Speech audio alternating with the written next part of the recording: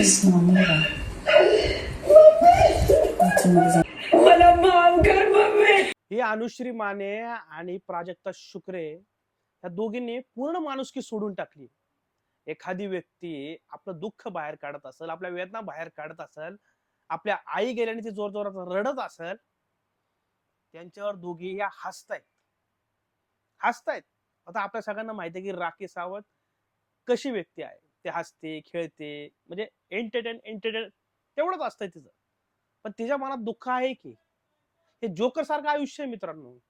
Joker बघा, नुसता entertain लोकांना करत असतो, हसवत असतो, खेळत असतो, पण त्याचं दुःख त्यालाच माहित असतं काय आयुष्यात काय चाललेलं असतं.